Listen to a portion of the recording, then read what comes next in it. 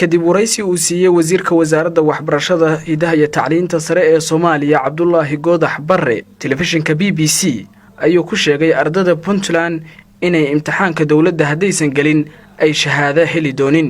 haddaba waxaynu microphone-ka la dhaxqaadnay shacabka ku dhaqan magaalada Garowe caasimadda dawladda Puntland iyagoo aragtiyadooda siyaabo kala duwan uga dhiibtay hadalka ka soo yeeray wasiirka wasaaradda waxbarashada. magacaygu waa Maxamuud Xasan Maxamuud waxaan ka mid ahay ardayda wax ka barata Puntland. haddii aan ka aragti dhiibto hadalkii ka soo yeeray wasiir Goodax waxaan qabaa waxa weeye mowqif mid ah iyo maan midaysan baa midnimo lagu gaaraa. waxaan qabaa ardayda Puntland wax ka barata 12 sanana wax baranaysay haddii shahaadadii loo diido inay tahay mustaqbal xumo ardaydaasna mustaqbalkooda halka ay ku baaba'ayso. waxaan qabaa in dawladda Soomaaliya iyo dawladda Puntland ba inay isku tagaan ay wada shaqayn aad u dhaxmarto si mustaqbalka dhalinyarada ay u hagaagto. tan kale manhajka Soomaaliya iyo manhajka halkan laga isticmaalo waa laba manhaj oo kala duwan. waxaan qabaa aragtidayda ahaan in labada manhaj ba la mideeyo hal manhaj laga wada dhigo si ardayda Puntland iyo ardayda Soomaaliya halka wax ka gashaaba ay mid u noqdaan deegaanada imtixaamada laga galaana ay dawladda ay ka wada qaado dhamaantood. dhammaan waxaan salaamayaa ummadda Soomaaliyeed meel kasta joogto. magacaygu waa Mawlid Jaamac waxaan ahay dhalinyarada ku nool magaalada Garowe. waxaan dhageystay hadal uu ka jeediyay BBC-da wasiir Goodax Barre runtii aad iyo aad wax looga xumaado waa hadalkaas kaasoo ahaa inaan ummadda reer Puntland wax baratay aysan haba yaraatee waxa aqoonsi shahaado aysan ka helayn dawladda federaalka.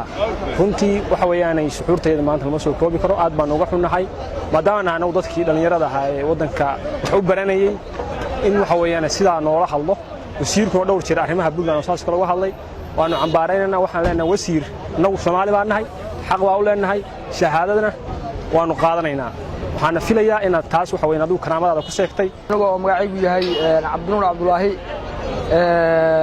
oo waxaan rabaa inaan ka hadlo arrintii wasiirka waxbarashada oo xalay ka hadlay oo uu yiri hasku tashada Puntland hadaysan ka qayb galayn maxaan ku dhahaa aysan qaadanayn manhajta.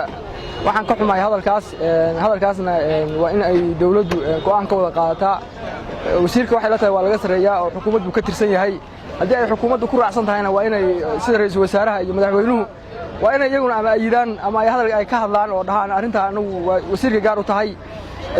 ardada Soomaaliyeed meel kasta ay joogtana waa isku mid manhaj ma kala laha maxaan ku dhahaa waana isku mid.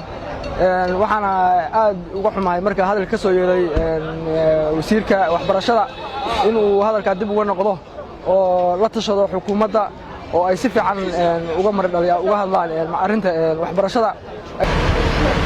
arrintan aad ka hadlaysaan markaan anigu aan fikirkayga aan ka cabiro oo hadda dawladda federaalka lagu adeeyo waxaan aaminsanahay inagu inaan mas'uul ka nahay dhibaatadan inagu aynu keenay.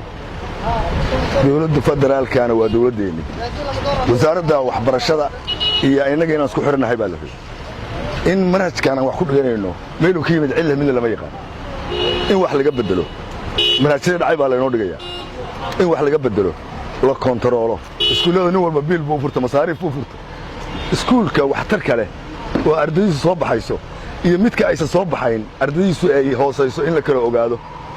inagu marka inaga qaladka iskale isku xirnaan baa loo baahan yahay. isku xirnaantii baynu diinay waxbarashada dawladda iyo wasaaradda waxbarashada dawladda Soomaaliya baynu diinay inaga gaar isku xirnay iyo baan ku haynaa meel kasta dadka waxaan la qabsano. assalaamu calaykum waraxmatullaahi wabarakaatuh.